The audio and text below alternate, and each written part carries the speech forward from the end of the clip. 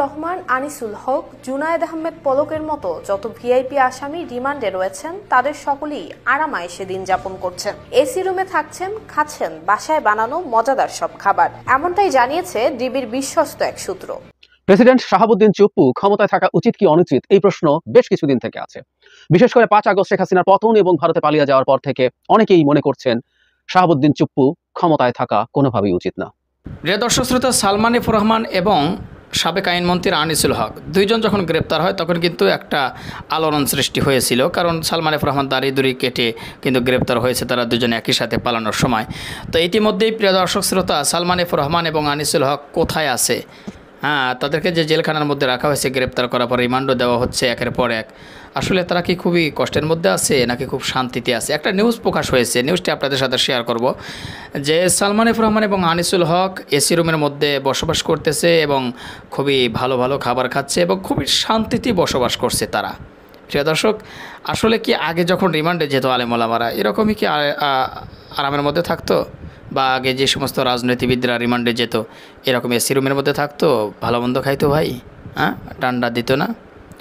বিস্তারিত শুনবেন অবশ্যই। তো আপনাদের সবাইকে আরেকটা ভিডিও আপনাদের সাথে শেয়ার করব, সেটি হলো বর্তমানে রাষ্ট্রপতি শাহাবুদ্দিন চুপ্পু সাহেব, ওনার কি আসলে পদত্যাগ করা দরকার কিনা? উনি তো এখনও পদত্যাগ করেনি, সবাই তো পদত্যাগ করেছে, সবাইকে তো যার যার কর্মস্থান থেকে সরিয়ে দেওয়া হয়েছে, গ্রেপ্তার দেখানো হয়েছে। তো এবার প্রিয় দর্শক শ্রোতা, চুপ্পু সাহেবকে নিয়ে আলোচনা করেছেন একজন আলোচক জাহিদুর রহমান।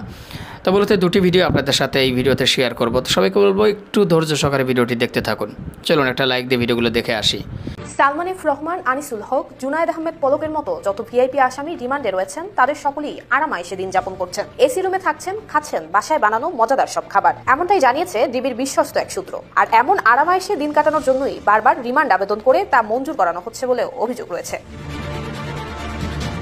হাইব্রিড নেতাদের রিমান্ড যেন শেষ হচ্ছে না। 5 থেকে 10 দিনের রিমান্ড শেষে আদালতে তুলে আবারও চাওয়া হচ্ছে রিমান্ড। গ্রেফতারের পর থেকেই এ সকল নেতারা দফায় দফায় রিমান্ডে রয়েছেন। রিমান্ড শেষে তাদেরকে পাঠানো হচ্ছে না কারাগারে, কারণ রিমান্ড মানেই ডিবি হেফাজতে বেশ আরামায়েশি দিন যাপন করতে পারবেন। যেসব নেতাদের ব্যাংক অ্যাকাউন্ট জব্দ করা হয়নি তারা চেক সাইন করছেন, চাইলেই আনতে পারছেন নিজের পছন্দের জিনিসটি। জানা যায় রিমান্ডে বেশিরভাগ নেতারা একসাথেই সময় কাটাচ্ছেন। বেশিরভাগ সময় তারা খোশ গল্প করছেন, টিভিতে নিজেদের খবর দেখে হাসাহাসি করছেন। ছাত্র জনতার অভ্যুত্থানের পর শেখ হাসিনা সরকার পতনের প্রেক্ষিতে আওয়ামী লীগের বেশ কয়েকজন প্রভাবশালী নেতাকে গ্রেফতার করা হয়েছে। এর মধ্যে রয়েছেন সাবেক মন্ত্রী, সংসদ সদস্য সহ দলটির শীর্ষস্থানীয় ব্যক্তিরা। রিমান্ডে জিজ্ঞাসাবাদের সময় গ্রেফতারকৃত নেতারা দাবি করেছেন তারা যে অনিয়ম এবং অপরাধমূলক কর্মকাণ্ড করেছেন সেগুলো শেখ হাসিনা এবং তার পরিবারের নির্দেশেই করেছেন। তারা আরো জানান শেখ হাসিনা এবং তার পরিবারের সদস্যরা অনেক অনিয়মের সাথে সরাসরি জড়িত ছিলেন, যা দেশের অর্থনৈতিক অবস্থার অবনতির জন্য দায়ী। সাবেক আইনমন্ত্রী আনিসুল হক জানান তিনি এবং সালমান এফ রহমান কোটা আন্দোলনের পক্ষেই ছিলেন, তবে সরকারের অনেক অপকর্মের বিষয়ে তারা অবগত ছিলেন না। সাবেক শিক্ষামন্ত্রী দীপুমণি রিমান্ডে স্বীকার করেছেন ঘুষের বিনিময়ে উপাচার্য এবং অধ্যক্ষ নিয়োগ সহ বিভিন্ন অনিয়মের সাথে জড়িত ছিলেন তিনি। আরও জানান আওয়ামী লীগের শীর্ষ নেতাদের সহযোগিতায় চলেছে এইসব অনিয়ম। সাবেক প্রতিমন্ত্রী জুনায়েদ আহমেদ পলক রিমান্ডে জানান সজীব ওয়াজেদ জয়, রাদওয়ান সিদ্দিক ববি এবং নসরুল হামিদ বিপু সহ আওয়ামী লীগ শীর্ষ নেতারা দুর্নীতির মাধ্যমে নিজেদের ক্ষমতা টাকাপোক্ত করেছিলেন।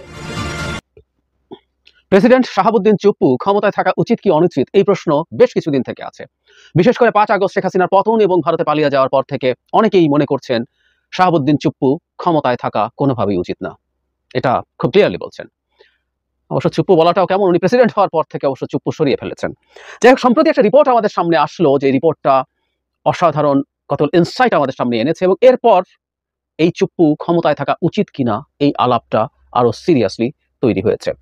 আগে যারা বলছিলেন চুপ্পু ক্ষমতা থাকা উচিত না, সেটা এই কারণে বলেছিলেন যে সরকারটাকে পতন ঘটানো হয়েছিল, সেই সরকার কর্তৃক নির্বাচিত একজন রাষ্ট্রপতি কেন থাকবে এবং তার কাছে কেন শপথ নেওয়া হবে, এই আলাপও অনেকে করার চেষ্টা করেছেন। আমি ওই তর্কে এখন ঢুকছি না, কিন্তু সাংবিধানিকভাবে যে সংবিধানটা এখনো বলবৎ আছে সেটা অনুযায়ী একজন মানুষ যখন রাষ্ট্রপতি নির্বাচিত হন তিনি নির্দলীয় ব্যক্তিতে পরিণত হন।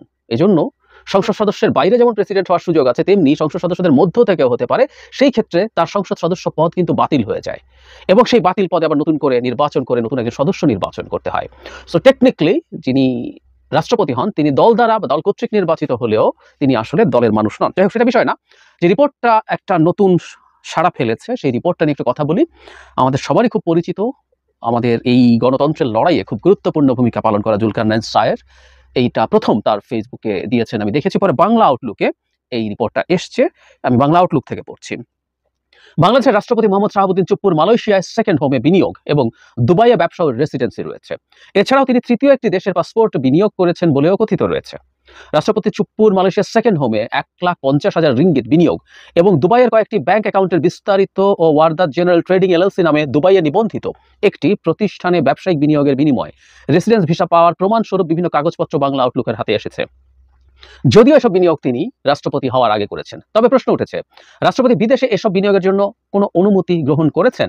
বাংলাদেশ ব্যাংকের অনুমতি ব্যতীত মালয়েশিয়ার সেকেন্ড হোমে চুপ্পুর 1,50,000 রিঙ্গিত ও দুবাইয়ে ব্যবসার বিনিয়োগ কি বৈধ? তিনি যদি আনুগত্য মেনে অর্থের বিনিময়ে তৃতীয় একটি দেশের পাসপোর্টও গ্রহণ করে থাকেন, তাহলে কি বাংলাদেশের রাষ্ট্রপতি হিসেবে বহাল থাকা তার পক্ষে সম্ভব হবে? বাংলাদেশ ব্যাংকের সংশ্লিষ্ট বিভাগ জানিয়েছে, বাংলাদেশের রাষ্ট্রপতি মোহাম্মদ শাহাবুদ্দিন চুপ্পুকে কখনোই এত বিপুল পরিমাণ অর্থ বিদেশে নেওয়ার অনুমতি দেওয়া হয়নি। এর মধ্যে বাংলা আউটলুক, এগুলো জুলকারনাইন সায়ের তার ফেসবুকেও ইনক্লুড করেছেন ডকুমেন্টগুলো। শেষে একটা প্রশ্ন আছে, তিনি যদি 5 প্রশ্ন পরে আসছি, অন্য দেশের পাসপোর্ট গ্রহণ করেন তাহলে রাষ্ট্রপতি হিসাবে বহাল থাকা সম্ভব কিনা? সাংবিধানিকভাবে উত্তর হচ্ছে না। বাংলাদেশের রাষ্ট্রপতি হওয়ার জন্য যে কতগুলো যোগ্যতা প্রয়োজন হয় তার মধ্যে একটা কথা খুব স্পষ্টভাবে লেখা থাকে, সেটা হচ্ছে তিনি সংসদ সদস্য হওয়ার মতো সব যোগ্যতা থাকতে হবে। এর মধ্যে বয়স একটু ডিফারেন্স আছে, সংসদ সদস্যের ক্ষেত্রে এটা 25, রাষ্ট্রপতির ক্ষেত্রে 35, কিন্তু সংসদ হওয়ার মতো সব যোগ্যতা থাকতে হবে। তাহলে ওখানে আমরা যদি যাই, তাহলে সেখানে সংসদ সদস্য হওয়ার যোগ্যতার মধ্যে ক্লিয়ারলি লেখা আছে, কেউ যদি বিদেশি অন্য কোনো দেশের নাগরিকত্ব গ্রহণ করেন তাহলে তার সংসদ সদস্য হওয়ার যোগ্য হবেন না তিনি। সুতরাং বাংলাদেশের কোনো রাষ্ট্রপতি যদি অন্য দেশের নাগরিকত্ব গ্রহণ করে থাকেন, তাহলে তিনি কোনোভাবেই বাংলাদেশের রাষ্ট্রপতি থাকতে পারেন না সাংবিধানিকভাবে। সুতরাং তিনি এই ধরনের নাগরিকত্ব নিয়েছেন বা রেসিডেন্সি যদি নিয়ে থাকেন, এটাই যথেষ্ট কারণ তার রাষ্ট্রপতির পদ থেকে চলে যাবার জন্য। ক্লিয়ার? এছাড়াও তার যে টাকা পাচারের কথা আসছে, এটাও খুব ইম্পর্টেন্ট। সেটা হলো, আমরা যদি না জানিয়ে টাকা নিয়ে যাই, সেটা মানি লন্ডারিং, মারাত্মক ক্রাইম। এরকম একটা ক্রাইম করা ক্রিমিনাল, সেখানে 1,50,000 রিঙ্গিতের তথ্য পাওয়া গেছে, কিন্তু এই ভদ্রলোক কত শত শত কোটি টাকা পাচার করেছেন এই আলাপও আছে। উনি যখন দুদকে ছিলেন তখন মানুষকে কিভাবে ভিকটিম বানিয়ে তার উপরে চাপ প্রয়োগ করে তিনি টাকা বানিয়েছেন, এই অভিযোগ আছে। নট অনলি দ্যাট, এছাড়াও তিনি ইসলামী ব্যাংকের পরিচালকদের একজন ছিলেন প্রেসিডেন্ট হওয়ার আগেও, তখন আমরা এই আলাপগুলো করেছি। সেই সময় এই ব্যাংকটা যখন এস আলম দখল করে, এস আলমের লোক হয়ে তিনি সেখানে ঢুকেছিলেন এবং সে সময় যাবতীয় লুটপাটের সাথে তিনি জড়িত ছিলেন। এইরকম একজন ক্রিমিনাল রাষ্ট্রপতি আছেন এখন। আমরা যখন তাকে নিয়োগ দেওয়া হয়েছিল, অনেকের কাছে খুব সারপ্রাইজ ছিল, কিন্তু আমি তার ব্যাকগ্রাউন্ড দেখে তখনও বলেছিলাম বেশ সঠিক আওয়ামী লীগের পয়েন্ট অফ ভিউ থেকে একজন রাষ্ট্রপতি তারা দিয়েছে। কারণ এইরকম করাপ্ট একজন মানুষ কোনোদিন কোনো সময় নৈতিক কোনো অবস্থান নেওয়া তার পক্ষে সম্ভব না। তিনি শেখ হাসিনার একেবারে পায়ের নিচে থাকবেন। উনি শেখ হাসিনার পায়ের নিচে থাকবেন তো শুধু না, তিনি প্রেসিডেন্ট হওয়ার পরও সম্ভবত জনাব ওবায়দুল কাদেরকে কোনো ফেসবুক মন্তব্য করেছেন লিডার বলে।